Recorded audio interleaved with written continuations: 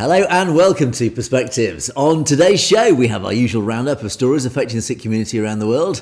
And as Narendra Modi shakes hands with the British Prime Minister in Johannesburg at the G20, he posts up on X how proud he is to do so. But unsurprisingly, the backlash from many, not least the brother of Jagtar Singh Johal, is predictable. And in Ottawa, we have pictures of a lonely dissenting voice at the Khalistan referendum. It appears not everybody was quite so happy with so many Sikhs turning out to vote. But the dissenter was threatened by a violent man with a sword. Well, yes, Hindut were at it again with their fantastical tales.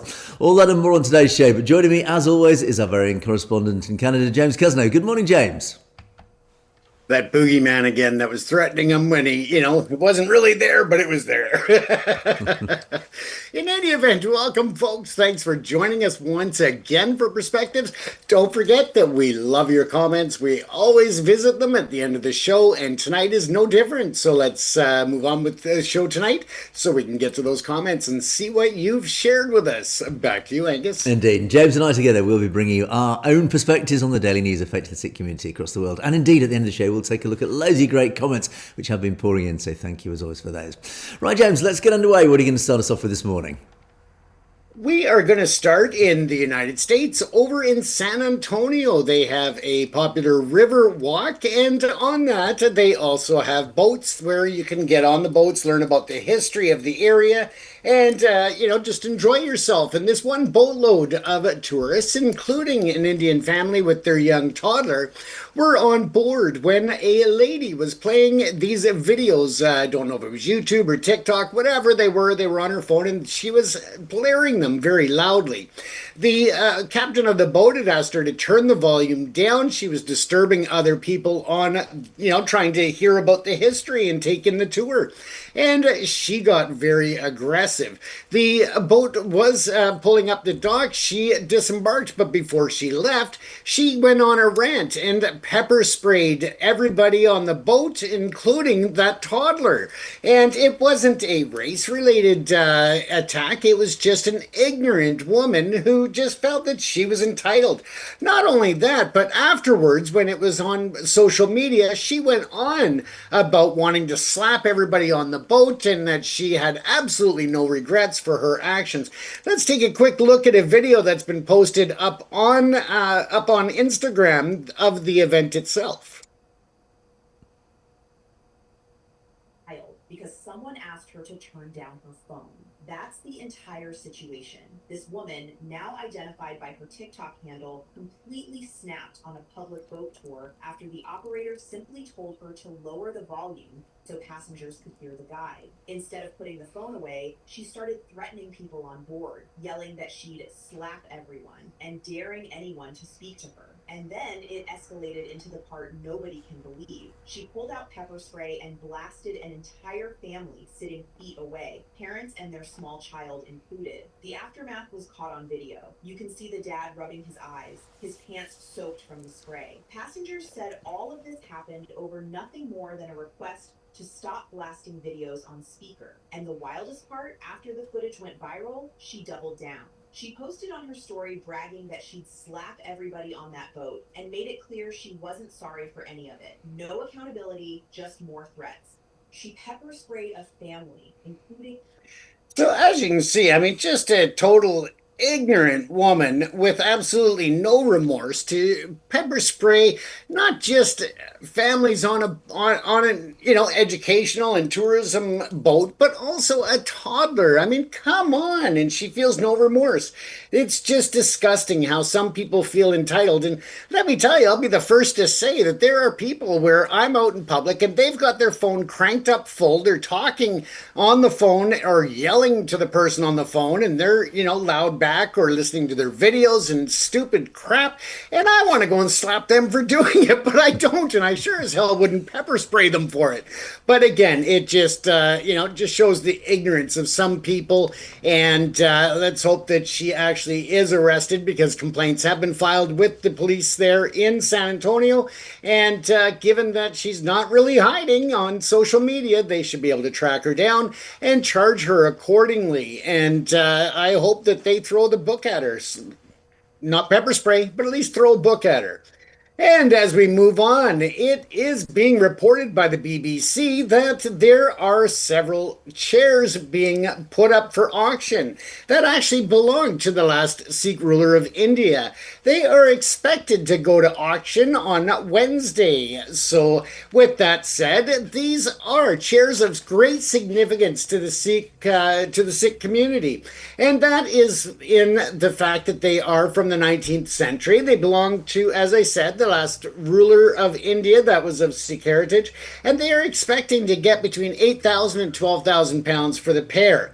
Now, Nicholas Shaw, a specialist at Olympia Auctions, said it anticipates a very wide interest in them when they go to auction, and that was because of the extensive history of them. Now, the picture that I could locate online were not very clear, but you can get an idea of the chairs themselves, and they belonged, as I said, was Duleep Singh and the youngest son of Maharaja Ranjit Singh, who founded the Sikh Empire in the Punjab in 1799. After being exiled, of course, Angus, you've done stories about him in the past. Duleep came to England at the age of 15 and over the years developed a warm friendship with the reigning monarch, Queen Victoria. With that said, he had purchased the Elvedon estate in 1863, and after his death in 1893, at the age of 55, he was buried on the grounds. Now, it was later purchased by Edward Cecil Guinness of the Guinness brewing family, and he kept those chairs in the mansion or at the estate when he purchased it.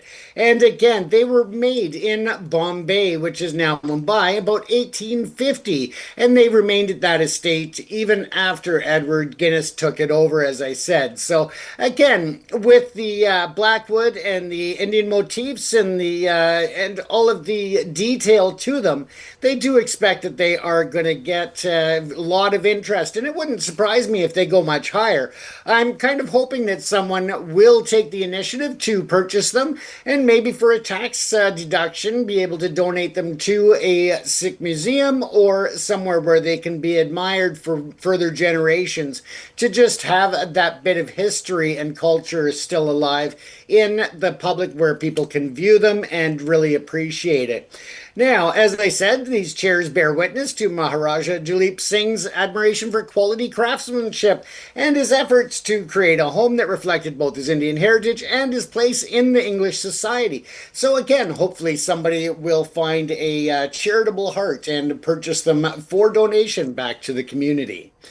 And as we continue on, the Sikh high priests are again demanding the release of a decade-held Bandhi Singhs. And of course, this is an ongoing issue that we've covered many times.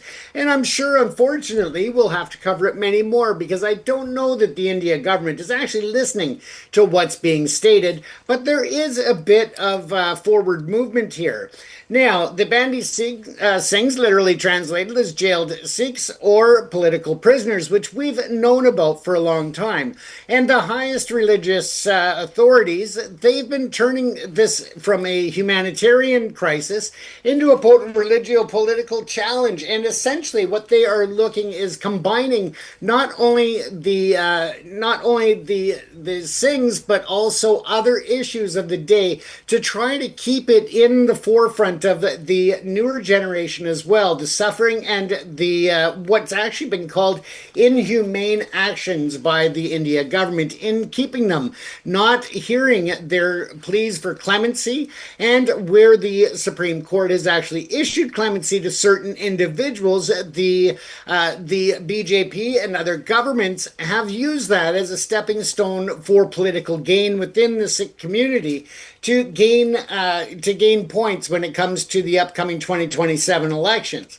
They've used it in public announcements that there is clemency being granted. However, no action has actually been taken to follow up with that. The reason why is very speculative. However, it is assumed that it has a lot to do with the political fallout that would come from the actual actions from the victims. However, with that said, family members of different victims have actually come out in support of clemency and releasing of the Bandhi Singhs, and this is a big step forward. It allows the government to actually consider the clemency and to move on this, as well as releases on humanitarian grounds, given the mental health of some individuals and so forth. Not just mentally, in terms of one who suffers from schizophrenia that has apparently been in remission, but also given the age of some of these Bandhi Singhs, it is only the humanitarian thing to let them out to, live out the rest of their days with their families. As I said, there has been some movement on that. And I'm going to just kind of jump down into this because I think that it's important to look at how this could play out if they were to give consideration to seriously offer the clemency and the releases that have been moved forward. The Supreme Court calls it inhumane and borderline torture because they have no end date. A lot of these individuals were actually sentenced to death. When they were sentenced to death, that is to take place within a certain time frame, within, of course, the Indian scope of reality. When I say that, I'm talking about the government. And when they were granted clemency, now they didn't get taken off of death row. They've been left there I'm referring to several, not all. But it is torture because they are still, in some cases, in isolation.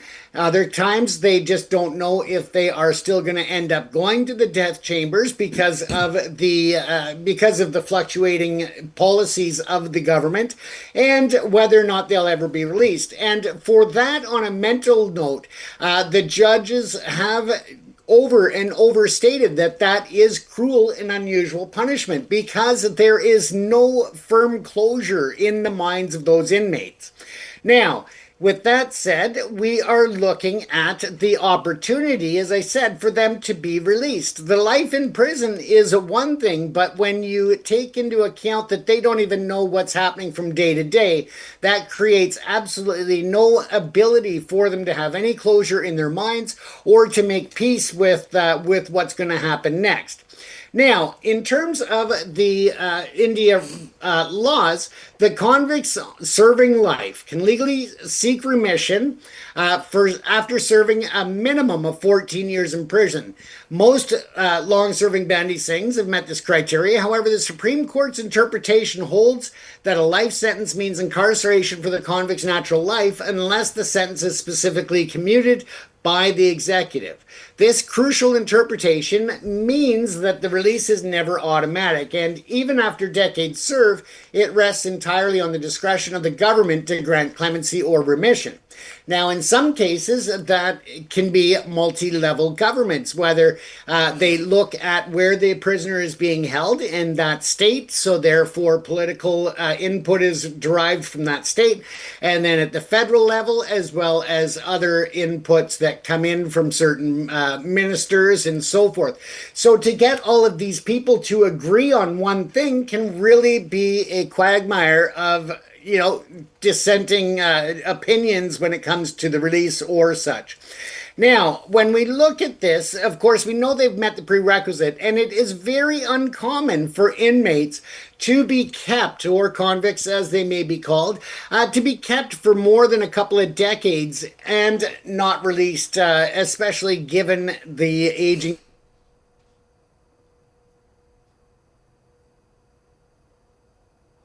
Oh, apologies, we seem to have lost James. And we were looking at some of the... Sorry, James. Oh, sorry, Angus. Yes, sorry, James. We lost you just for a few seconds, you phrase, but do carry on. You're back. Welcome back.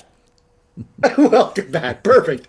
Okay, so yeah, Rajiv Gandhi, and this is what they call the Rajiv Gandhi precedent.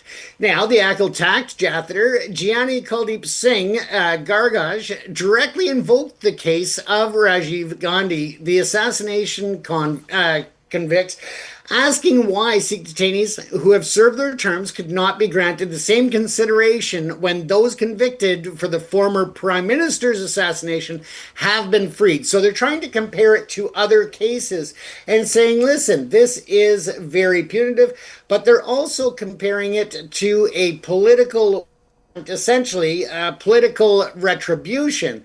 And is, again, not going over well within the courts. And the courts are really pushing to have them released as well.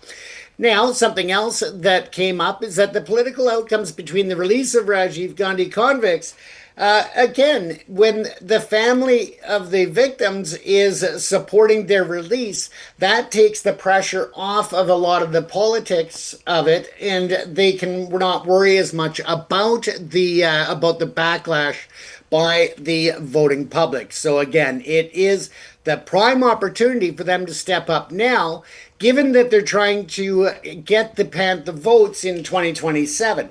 If they were to make these concessions and make these releases happen, then of course that would go a long way to that support that they're looking for in the 2027 election. Now, saying about the different points that they're bringing in is that the QIM has successfully maintained nonviolent continuous the state government since 2023, and they're staging. Oh, we're unstable again. We still good there, Angus? You're still there, James. Keep going. Yeah. All right. Perfect. Sorry, folks. We were having a bit of a technical issue there. It's interfering and pulling the plugs out, probably outside the building. There. All right.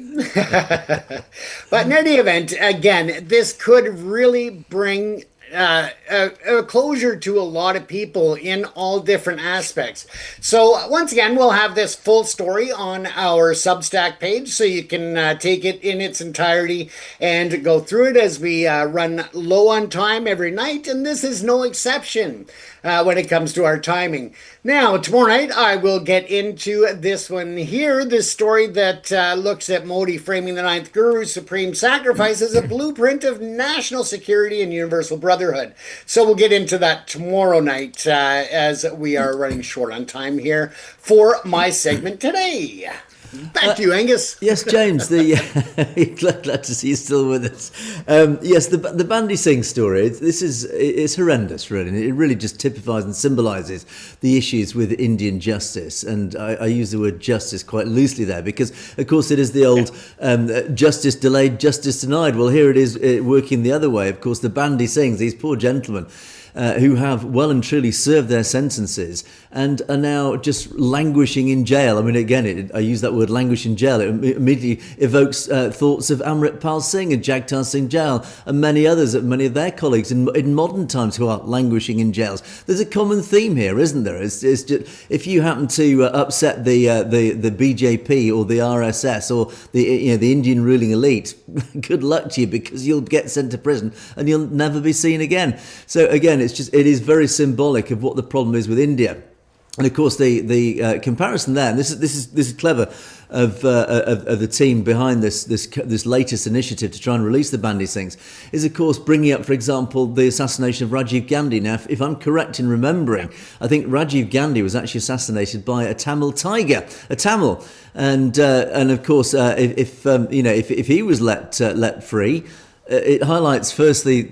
Well, the precedent is there, so why can't you do it with the Bandhi Singhs?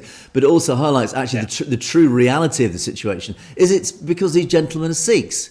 Now, if these gentlemen were, for example, policemen who were guilty of extrajudicial murders in the 1980s and 1990s, as many of them were, would they have been released by now? Yes, they probably would have been, because, of course, they are representative of the Indian state. But, heaven help you, God help you if you're a Sikh. And clearly, and the key word again that came up in that report, James, was at the discretion of the Indian government.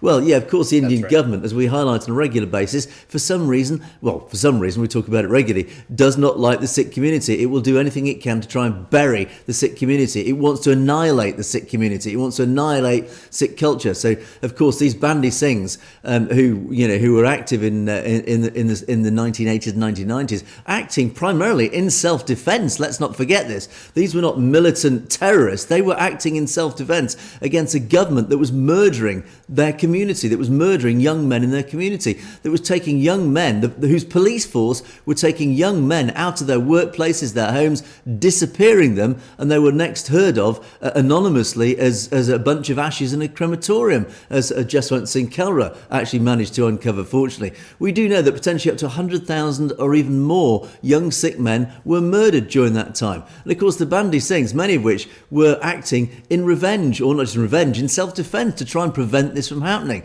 So again, the whole premise of the fact that they're in prison is questionable anyway, and the fact that they are being detained indefinitely and even to this day even this goes beyond humanity. These are old men now. As you say, James, many of these men are suffering from mental health issues. They're suffering from health issues. They should not be in prison. They should have been released years before. So, but what is interesting, another interesting aspect to this, again, for the team, the QIM that are supporting this new initiative, is they are linking it, of course, now to more recent issues, more recent imprisonments. I think the report mentioned there the Kot Kapura and the Bebel, Callan, beg your pardon, incidents, again, where prisoners remain in prison. But of course, by linking it to more modern people residing in jail, it is, as the report says, it is ensuring that the new generation, younger people, are inheriting this issue and therefore feel as passionately about it, and therefore will continue, even as the older generation sort of moves on and becomes less effective. Is the young generation can continue that passion and motivation to get these people released, because it is an absolute travesty of justice. Again, it just highlights the issue with Indian justice. That Indian justice only works for the Indian state. It does not work for the common man or woman in the street. It is an absolute disgrace, again, for a so-called democracy that claims it runs its society through the rule of law. It does not. It's more akin to a banana republic, as I say very regularly. So, and then the other story I just want to mention, of course, is that very tragic story of Duleep Singh. And the Eldon estate, I do know the Eldon estate actually, and the Eldon estate was, it was bought by Duleep Singh, but essentially the story is very sad. Duleep Singh, as you said, James, is the youngest son of Maharajah Singh, Ranjit Singh, the founder of the Sikh Empire. Now, what the British did is when the East India Company annexed the Punjab, they finally, the British state, we talk about states running out of accountability and control. The British state essentially hijacked, kidnapped Duleep Singh, removed him from the Punjab. Obviously, they were fearing because he potentially was the next Maharaja, he was the successor, he was the potential focal point around which the new Sikh empire could arise. So, of course, what the British did very well in those days, when they were empire building, was they removed Duleep from the scene. They would never let him return to the Punjab. They did everything in their power to ensure that he would never be allowed to return to the Punjab. And he was ripped away from his mother as a young teenager. His mother stayed in the Punjab, but he was taken away from his mother, and he was never allowed to revisit his mother again. In fact, in many years as a grown adult, mature adult, he did actually return. But ultimately, they took him back to the UK, and Queen Victoria, and actually, as it turned out, when he was a young manipulative boy, it was easy to control him because he was young. His mind was easily controlled. And they showered him with gifts. They showered him with a stipend, a monthly large sum of money, which meant he could support himself as he grew into a young man. They gifted him, or essentially he bought the Eldon estate, and that is where he lived for many years. And he actually lived a very good life. He didn't want for anything, etc. But the true tragedy of the story is behind that, is that he was ripped away from his homeland. He was the next Maharaja. He was not allowed to go visit his mother, and he did try many years later, as I say, to do that. So again, this whole story about his chairs being sold, it is infused with a very sad, tragic story. It does talk about the British Empire. Well, the British Empire, there's good parts of it, there are evil parts of it. This is one of the saddest parts of it, is that, this young man was taken away from it. And somebody will buy those chairs, but we do certainly hope that they go to a home that respects their heritage and understands their heritage. I wish we had the money, James, to go buy those chairs and put them in our studio. Absolutely, or at least in one of the gurdwaras where they could be honored, or the Sikh Museum of History somewhere. Like, I just feel like for them to be in somebody's residence, I just feel, a little awkward on. I think that they should be shared with the community. Indeed, it reminds me of the Guru Granth Sahib Ji story, the handwritten holy scriptures that were found in Edinburgh. Where should they go? That's right. Well, they should be gifted to Khalistan. Well, there you go. Then maybe these chairs could be gifted to Khalistan and sit in the Parliament. Yes, good call. Yeah, there you go. Sit to either side of the Parliament Speaker. What a great suggestion, James. Right, talking of Indian justice and its questionable capabilities, I'm going to move on again. Talk about Jagtar Singh Johal, because just a few days ago, our own Prime Minister, Narendra Modi, there's a weird slip. Our own Prime Minister, Keir Starmer, they're effectively one and the same in many issues. Our own Prime Minister, Keir Starmer, was in Johannesburg for the G20 meeting. And of course, there was Narendra Modi representing India. And of course, on social media, right across the news, there's these pictures of Keir Starmer shaking Narendra Modi's hands. Look how pallid they look. Look how friendly they look. And I have to say, it rather turns my stomach seeing a photo like this, because my feelings of Keir Starmer are well known. They're not very positive. My feelings of Narendra Modi are equally about the same, actually. And to see these two gentlemen in such an amicable embrace, it's certainly in context of so many of the stories that we talk about, is really quite stomach churning. But anyway, of course, this has unsurprisingly raised the ire of many people behind the Jagtar Singh Johal campaign, because of course Jagtar Singh Johal still resides in Dibrugarh. Sorry, that's Amrit Singh. Still resides in jail in India. And Narendra Modi posted himself on his own X account, posted up these photos. It said it was wonderful to meet Prime Minister Starmer in Johannesburg this year. And these are the key words. This year has brought new energy to the India-UK partnership. We will keep driving it forward across many domains. And again, I find it quite distasteful, these words, new energy to the India-UK partnership, when we have all these issues bubbling away behind the scenes. And then in response to that, unsurprisingly, Jaggi's brother, Gurpreet Singh, he posted up, he reshared or retweeted, whatever you call it, this post. And he said, there's one thing we've not seen from the new energy to the India-UK partnership. That is the release and return of arbitrarily detained national Jagtar Singh Johal, his own brother. Will your country return my brother before the end of the year? Well, we can but hope and pray that will be the case. But it does seem, as we often say, is the British government are more interested in trade deals. We do know that the Foreign Secretary, Yvette Cooper, met with her counterpart only recently and again didn't even mention it. This has to be one of the most appalling, and again I'll use that phrase, travesties of justice, that Jagtar Singh Johal is now in his 9th year. And in fact, Gurpreet posts up on a daily basis on his X account, he posts up a counter of the days and the weeks, etc., that are passing. And that was as of yesterday. 2,945 days of wrongful imprisonment, the same of torture and abuse. Don't forget, this guy was tortured, Jaggi was tortured, thanks to the British security services sending intelligence to India that helped detain him arbitrarily, and he was then tortured. What is the British government to say about that? We, as a nation that have signed up to the United Nations Commission Against Torture, well, one of our citizens was tortured in India, and the proof is out there, the evidence is out there, and have we even talked about it? No, we haven't.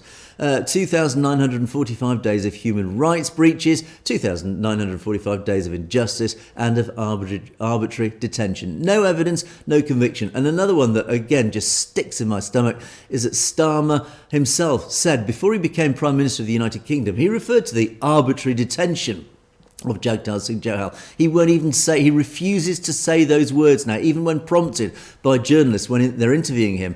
They say, can you say arbitrary detention? I can't even say it myself now. Arbitrary detention of Jagtar Singh Johal. He will not say it because he knows he will upset Narendra Modi by uttering those two words.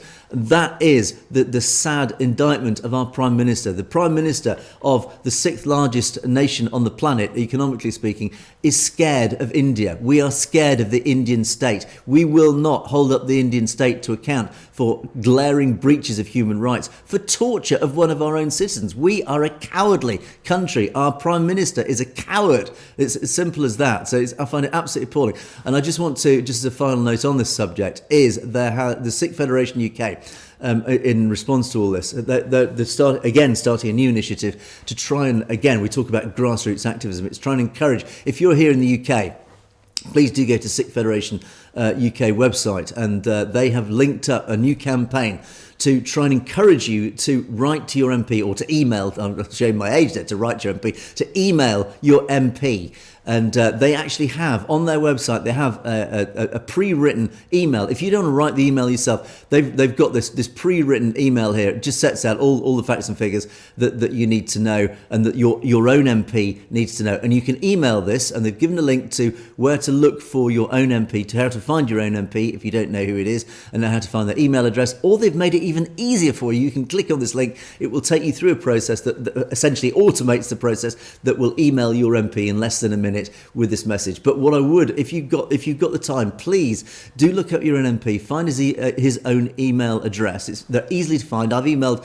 my MP regularly about lots of issues. Surprise, surprise. It's a very easy process to do. But what makes your email more effective is if you write it yourself in your own words. If you can't do that, you don't want to do it, just copy and paste this email. But otherwise, do write an email and say, look, I'm horrified that one of our own citizens has been tortured in India. He remains in arbitrary detention in India. Please, please, please do something about it. And the more personal you make that email, the more powerful it will be to your own MP. And again, this is all about grassroots activism. The more of us who email our MPs about this, the more chance that pressure will be pushed up politically through those political layers up to the Prime Minister. And finally, maybe one day, our useless Prime Minister might actually listen to the people, to his subjects in this nation, James. Absolutely, Angus. If we can go back to that other picture for a second, I just was noting something that right there, yeah. If you look at Modi, he's always wearing these vests, and the way that it's slid on the side and the shaping of it, it almost looks like it's Kevlar, Yes. It just, to me, it looks like a security vest over anything, because I was wondering, why is he always wearing those ugly vests? And that actually is starting to make sense. And then if you look at Starmer with his left hand around the back of Modi, I think Modi's got that smile because he's saying, see, you can't stab me in the back. Yes, that's my job, damn it. Yes, you may well be right. You may well be right. And but absolutely. And I just wanted to, again, give a shout out to Gurpreet Singh Johal and just say, I have nothing but respect for how he is stuck up for his brother, how he's fought relentlessly for the release of his brother, and he has poured his heart and his soul into the struggle.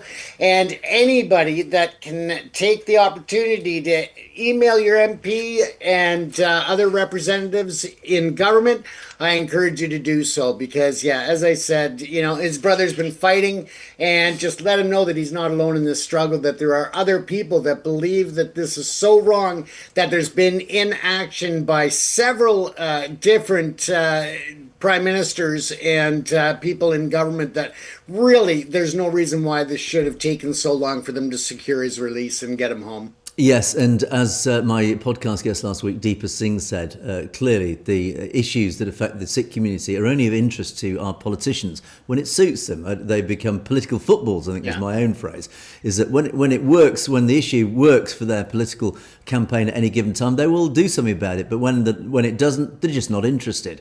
Which again has been a prime example of what's happened with Keir Starmer, is that when he was leader of the opposition, when he wasn't in government, oh yes, we will launch a 1984 inquiry about the British government's involvement in Operation Blue Star.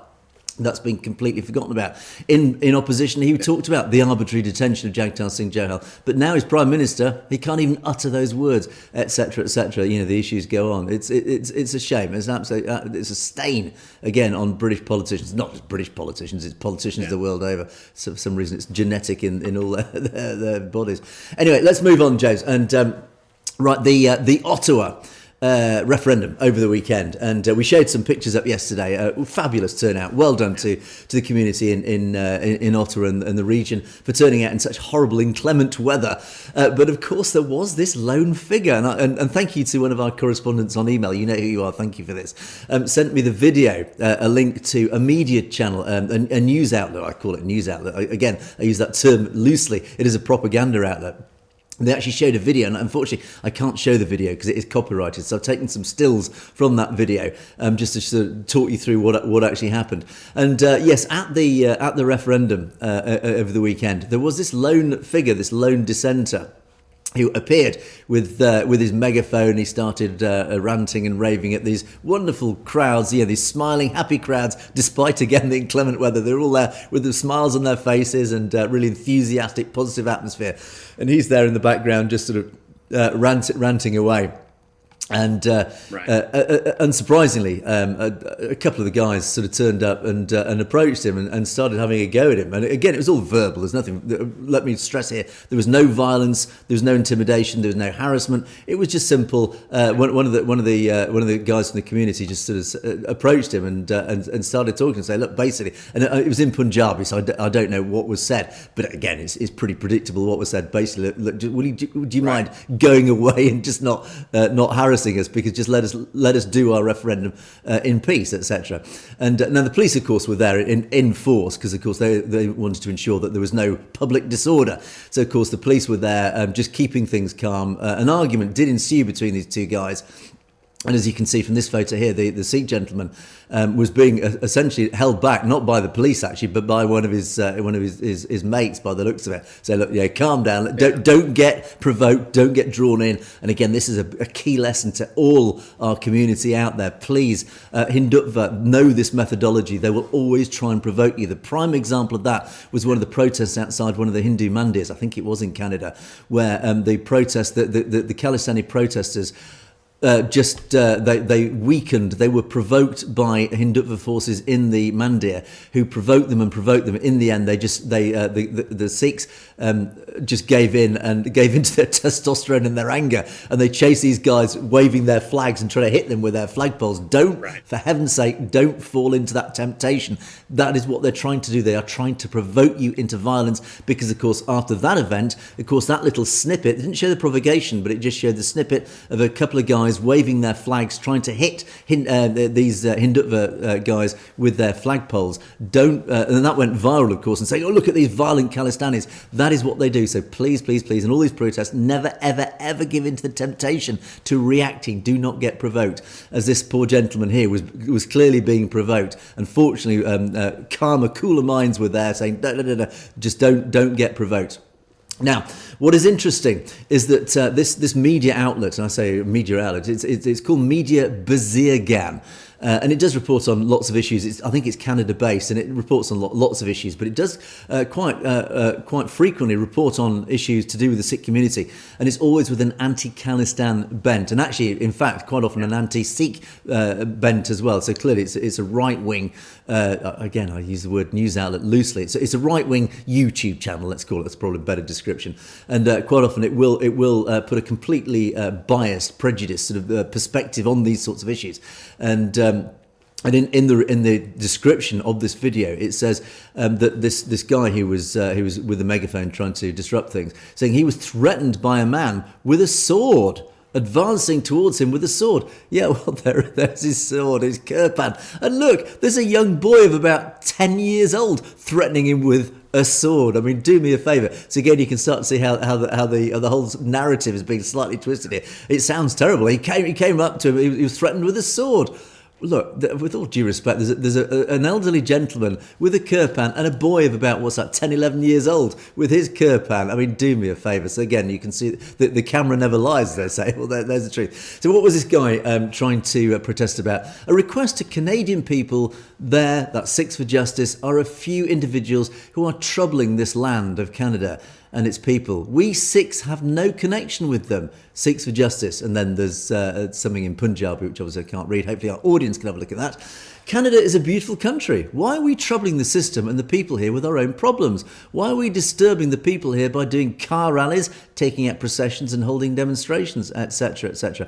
And then he was quietly escorted away by the police, looking slightly forlorn. And at the end of the protest, of course, and as is shown in the video, the Indian tricolour was torn apart, as has become rather customary in these sorts of events. And of course, again, this YouTube channel tried to make a big deal. Oh, the Indian flag was torn up. Well, yeah, so what? I mean, I know it's evocative and it's rather emotive thing, but you've got to understand why that flag was ripped up. So ultimately, so that was the story. But again, I think it's interesting that this message that this guy was trying to portray. I mean, he does look of Indian heritage. Does he look like a Sikh? Well, he's certainly not an Amritdhari Sikh. Is he in the Sikh community? I don't know. Our audience, I'm sure, particularly our Canadian audience, might have an opinion on that, and maybe can enlighten James and I what your feelings are about this guy's background. But I think it's sad in many ways. And again, it's very Hindutva-esque. It's to try and get people out there to try and sow division. And the message that he's saying is, look, we Sikhs are not aligned with this fringe community of Khalistanis. They don't represent us. Well, all I would say, I think, in simple answer to that is, how many people turned up to that referendum? 53,000 Sikhs turned up to that referendum. If you're trying to say these people don't represent the Sikh community, well, how many people turned up on your side, mate? You know, I think, James, we can draw our own conclusions about which side actually represents the Sikh community in Canada. Absolutely, Angus. And I've seen this journalist at various events here in Metro Vancouver as well, and he always seems to we'll say in a polite way, we'll say that he elaborates and exaggerates a lot of things. I mean, I've seen him at events, and then later he's claiming online that he was threatened and they were aggressive, and none of it is true. I was there, I saw what was going on. They just asked him about his filming, and they were polite. He just turned it into something, as he always does. It's a very common thread for this individual, and I don't know who's paying him, but let me tell you, he does have a large following online, which really makes me wonder because of the fact that, he's obviously not shadow banned like we are. Indeed. And at the end of the day, as you very rightfully pointed out, Angus, is that he is very much a pro Hindutva and against Khalistan.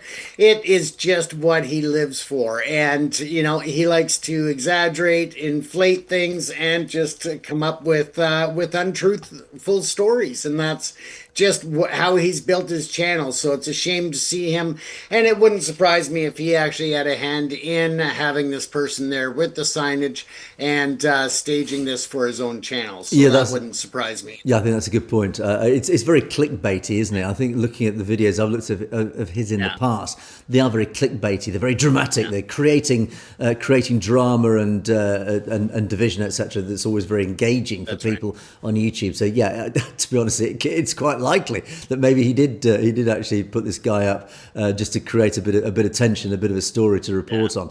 But yeah, and again, the good question there is who's funding him? Who is funding him? We do know that Hindutva and the RSS have an enormous financial resource that they do pour into their global propaganda campaigns and their activities and their operations right across the diaspora. So yeah, it's not impossible that there is money coming from India to push these sorts of stories. It certainly wouldn't surprise me. So anyway.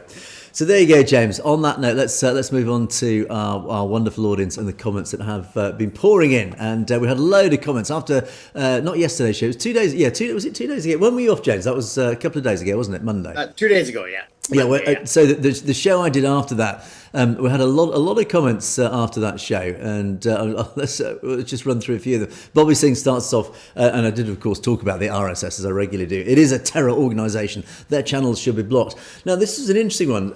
Somebody came in called Sita Venkatasan, whatever. Rubbish. Get to know the movement before commenting. Well, unfortunately to you for your comment, I can say from my own research, and I actually am deeply reading quite an extensively researched book written by a professor at Punjab University about the history of Hindutva. I have to say it's very heavy going because, of course, it's a lot about the history of the RSS, and it's taken me days and days and weeks to get through it. But and it's written by an academic. But I have to say it's a very, very enlightening book, and I will be hopefully interviewing that very professor in Punjab University in the foreseeable future to ask her about Hindutva and the RSS and its roots back in the 19th century. It is actually a fascinating story. It's quite a frightening story in many ways. And my podcast this week with Dr. Greywell is actually comparing the rise of the RSS to the rise of the Nazi Party. And the parallels, I have to say, are actually quite astonishing and scary. So, but yeah, my message to Sita Venkatasan is, we actually do know about the RSS. And I have to say, having reading this book and the research that I've done, I wonder if I might even know a little bit more about the RSS than yourself. And I can tell you that Bobby Singh's comment is perfectly valid, James. It is a terror organisation. Absolutely. And for anybody to step up and to defend the RSS, it just shows the mindset and where they're coming from. Chances are it's another bot or just, more propaganda channels that happen to stumble across this and respond to it. And that's, generally what we see. Balvinderjit Nagi, a word of warning. I guess Galmut drink, because I think I can probably translate that without speaking Punjabi. The Brahmins monitor our remarks. Yes, James, I have no doubt that our names are probably on a file somewhere in RAW and the other intelligence agencies in India. They monitor what we're saying and indeed what our audience are commenting. Absolutely. And, at least I'm in good company because I know Russia monitored my reporting in Ukraine. So, it's not just India. I'm used to it. Yes, indeed. Actually, I think I'm on a KGB file from many years ago in the Afghan days. So yes, we're in good company, James. Excellent. Maybe we'll be sharing it. We'll drink some vodka and get over it. Well, hopefully, we don't end up in a cell in Moscow one day. Let's hope it doesn't come to that.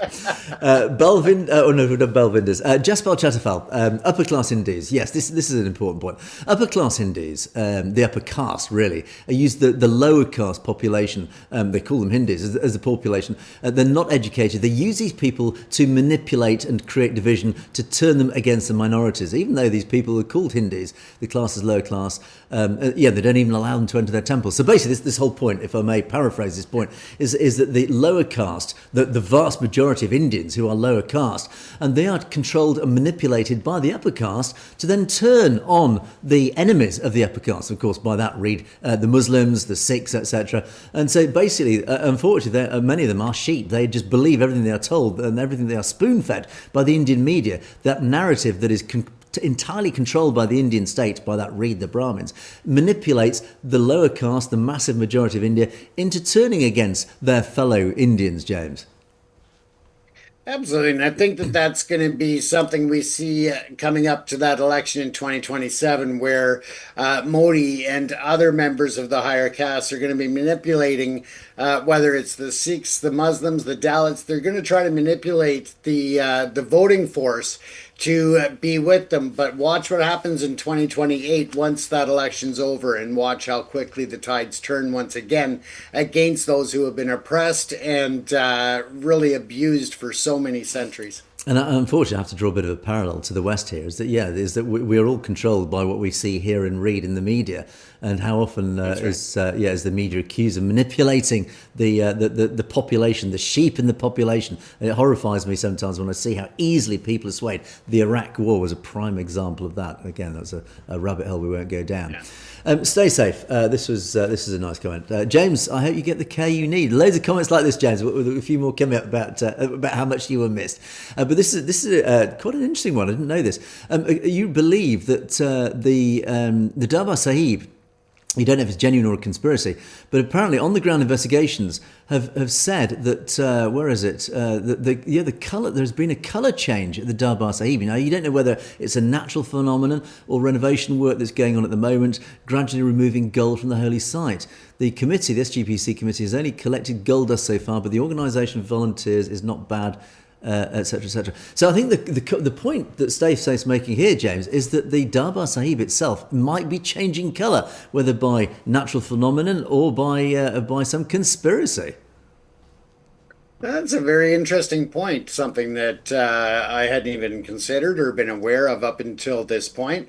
Maybe we'll have to try to reach out and find out what's going on over there. I wouldn't put it past the Indian state. Of course, it's very unlikely it's a natural phenomenon because the building's been standing for a very long time and hasn't changed colour. So if indeed it is changing colour or gold is magically disappearing, I would be very suspicious. And I'd actually have a lot of CCTV cameras up there keeping an eye on things. So anyway, if anybody else in the audience has heard anything like that, do let us know.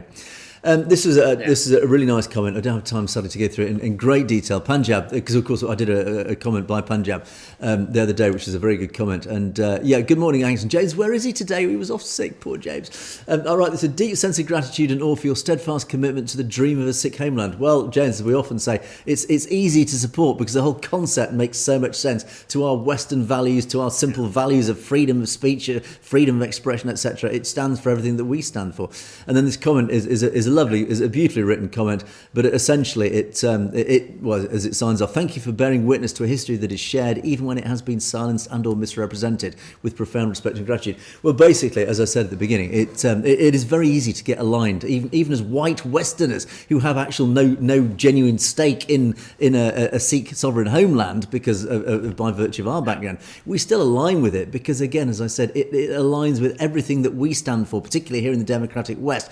Many things that we take for granted, unfortunately, in the Punjab, the Sikh community in the Punjab, not just Sikh community, but even Hindus and people of any ethnicity or religious standing in the Punjab do not enjoy the same freedoms that we do here in the West. And yet this is in so-called democratic India that is ruled by the rule of law. It is not. And sadly, James, as we have to keep highlighting, we will keep campaigning for Khalistan, because that is, as I said in many podcasts, the only solution is Khalistan, because that is the only way that the Sikh community and other communities will be free of this Indian state oppression.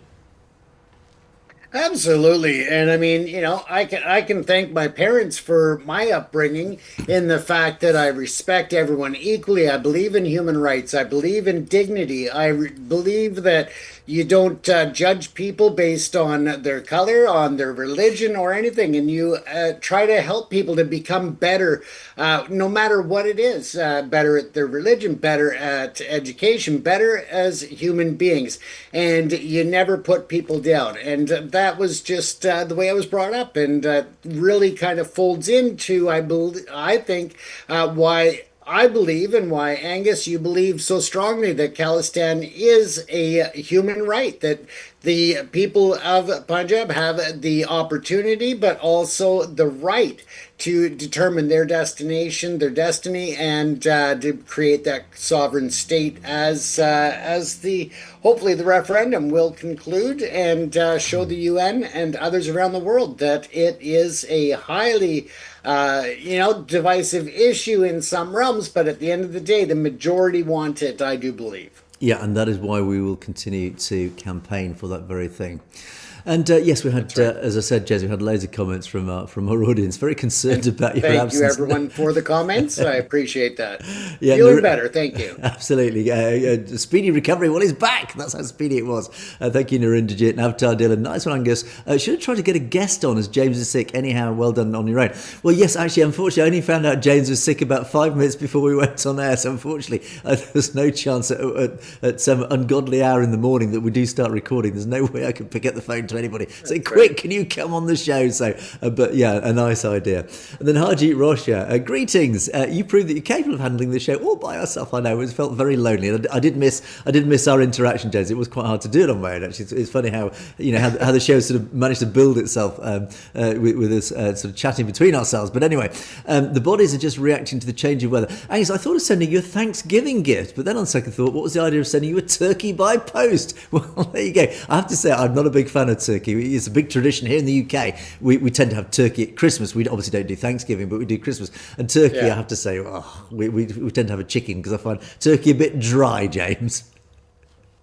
I like a good turkey for, Thanksgiving or, Christmas, whatever. But that's about the extent of it. I don't go out of my way for it at any other time.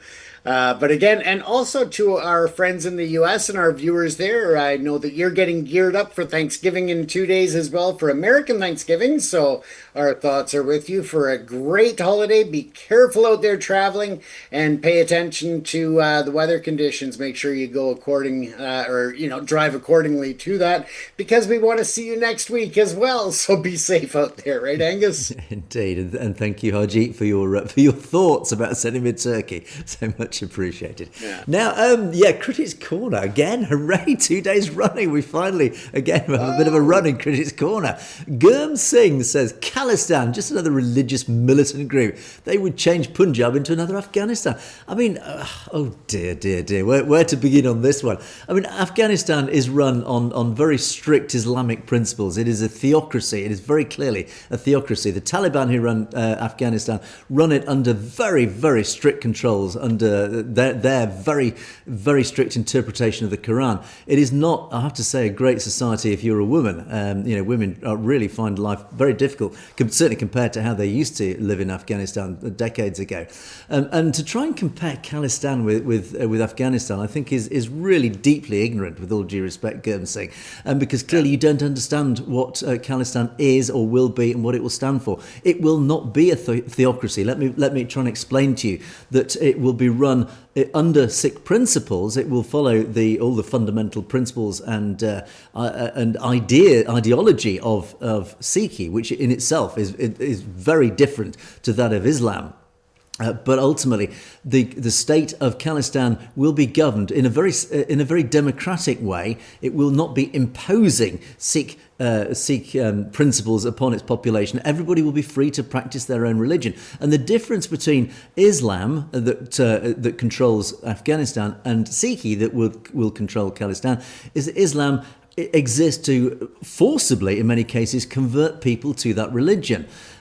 And they do that around the world. That is just one of their fundamental principles of Islam. Sikhi is completely different to that. It does not forcibly, it has no inherent demand within the religion to go out and convert people, to act as missionaries, to convert people to Sikhi. Quite the opposite. Every Sikh is part of their sort of upbringing, the Sikh upbringing, is taught to respect other people's religions and help people become better Christians, help Muslims become better Muslims, help Hindus become better Hindus, etc. So the whole concept is 180 degrees different from Islam and what Afghanistan will be. So unfortunately, I've given you probably little bit more credence than maybe I should on that to try and explain the situation, because I think you were just having an angry rant or whatever. But ultimately, I'll say to those who might align with this thought, it's going to be nothing like Afghanistan. Afghanistan is a very, very different concept to what Khalistan will be. Afghanistan is not a democracy, and certainly in the Western sense of the word, and Khalistan effectively will be. James. Absolutely. And I mean, if you look at the comparison, I think that, again, I agree with you, Angus, that I think it's an ignorant comparison myself, just, bluntly. But also you look at when you see world politics in comparisons, you actually see potential cooperation between Afghanistan and India. So where would you see that alignment with Khalistan in any realm being similar to India's formation of government and the way that they lead on a caste system, and the Brahmins, and the other end with the Muslims and the Sharia law and all of that. So again, I think that it is a misinterpretation. I think it's an ignorant comparison, and I think that it's completely wrong. But again, everybody's entitled to their opinion, and we respect that as well. And actually, yeah, then there's a good point. Here's another comparison for you. In Afghanistan, if you wanted to stand up and criticise the ruling Taliban, is that I don't fancy your chances of survival very long. But you do that in Khalistan, you can stand up and you can criticise the Khalistan government, and you will not be whipped away into prison or whatever, as there will be a much clearer freedom of speech. Again, that's what Khalistan stands for. And that's even before we even talk about the treatment of women in Khalistan, where, of course, again, under Sikhi, women are treated as equal. Since the very first days of the religion's establishment, women are treated as equal. Again, they were centuries ahead of their time. Even the British Empire, even Great Britain in the days of the Sikh Empire, we treated our women as second-class citizens. They didn't even get the vote till the early 20th century. So again, the Sikh religion was centuries ahead of even Western values. So again, that is what Khalistan will stand for. So anyway, thank you, Gurmsing. As I say, you would be free to make this comment in Khalistan, but you would not be free to make this comment in Afghanistan. There is another comparison for you. So there you go. And the final and you're certainly free to make it on our program, because we welcome comments from all sides. Exactly. We welcome Critics Corner. Please keep them coming. We do love Critics Corner. It's always good to have a bit of a laugh and a bit of a banter with our critics. So don't be afraid. Wade in there and criticise us. We do enjoy it. Kanwar Bursing. Oh yes. Now the picture hanging on your back wall needs to have some words. Without the words, it looks meaningless. Well, okay. I'm interested in our audience's opinion on this, because somebody else made a similar sort of comment. Why can't we put a caption under Bindranwale Ji's photo? Well, my response to this. Well, look. This photograph or similar photographs like this hang in every single Gurdwara around the world. So, of course, if you are a regular attendee at your Gurdwara, you will instinctively know who this person is. If you are in the Sikh community, it is very likely, if you know your history and your heritage, you will know who this person is. So, again, I'm actually surprised, but again, I'm not a Sikh, so I can't judge, but I'm very curious in our audience's opinion on this. Do you think there should be a caption to explain who this gentleman behind me is? To me, I thought it would be pretty obvious, because most, or not most, but certainly many videos I see in the Sikh community who talk about the issues that we talk about have a picture of Bindranwale Ji behind them. And as I say, his picture hangs in every Gurdwara. So I'm astonished that anybody actually out there would say, well, can you please explain who it is? Or you need to explain to people who it is. But maybe, James, maybe it's actually to our audience outside the Sikh community who need to know it is. Well, all I would say, if you are outside the community... That's what I was just thinking as well, Angus. Yeah, I was thinking maybe they're talking about, because we're trying to educate a mass audience on the culture, on the history, on the, the struggles, the genocide, so many different things that maybe they're just pointing out that, that would be another reason for people to actually continue after the program to go and say, oh, who was that behind Angus? And now they know who it is, but they can search for more details. Maybe that's, maybe what they're getting at. Maybe that is. Maybe it's for people outside the community who might be watching. So yeah, I beg your pardon. Maybe that is the right thing. The only other problem I've got there is just a simple logistical one. Or where would the words go? Because there's not an awful lot of space to sort of put words here that would be visible on screen. So anyway, maybe a bit of a practical issue there. Anyway, moving on. Satinder Hussain. I do like to pick out commenters who drop in and names that are not familiar. In other words, there must be either silent watchers or at least new to the channel. So I always do like to welcome new names to our channel. And Satinder Hussain, who I've not seen in the comments before, thank you for your comment. Great review. Thank you. Much appreciated. So we do encourage anybody, if you're sitting out there quietly in the background watching our videos, please don't be afraid. Just drop in with a quick hello, a Sat Sri Akal, or even a Khalistan Zindabad. We do appreciate it. We do like those comments. And as I say, the final comments of the show go to Grow Up, I guess, Arizona, Punjab Solution, Khalistan, Lakwinder Singh, Khalistan Zindabad. And the final one goes to Narinder Sidhu, Khalistan Zindabad, James. Absolutely, and we love it. That's a great way to wrap up another episode, Angus. Indeed, as we hit the hour mark, we must bring things to a close once again. But thanks so much for all of you who've commented. Do keep those comments coming in. We do appreciate them. Do obviously let us know stories that you think we should be talking about. There's all sorts of comments that have been coming in recently about what's going on the ground in Chandigarh, for example, and likewise on the email. A few of you have been sending some really interesting links as well. So please do keep those coming in. It's always very very helpful for us to go research these and use our own networks to find out what's going on the ground. Don't forget, of course, you can message us directly at message@satlugetv.com if there's anything you'd like to talk to us directly with James or myself. But that's it for another day. Thanks so much for watching. It is a goodbye from me. It is a goodbye from James. Stay safe, everyone. You have, of course, been watching Perspectives. We will see you tomorrow.